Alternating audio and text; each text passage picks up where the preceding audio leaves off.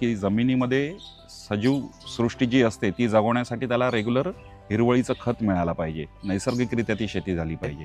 तीच अभ्यास करताना राजेंद्र सरांचे मी व्हिडिओ पाहत होतो यूट्यूबवरती. त्यांचं नॉलेज खूप डीप नॉलेज आहे.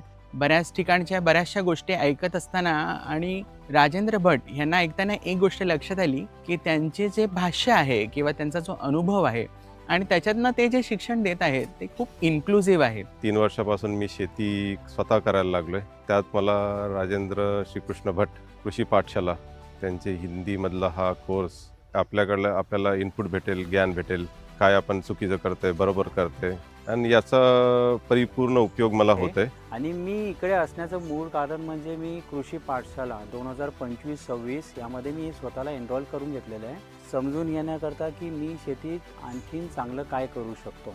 एक तुम्हाला कल्पना येऊ शकते की तुम्ही तुमचं छोटं जरी शेत असेल तर तिथे भाज्या आणि मल्टीक्रॉपिंग त्याच्याबरोबर कंपॅनियन प्लांट्स कुठले लावू शकता. इथे येऊन तुम्हाला नक्की त्याचं लाईव्ह डेमॉन्स्ट्रेशन मिळू शकतं.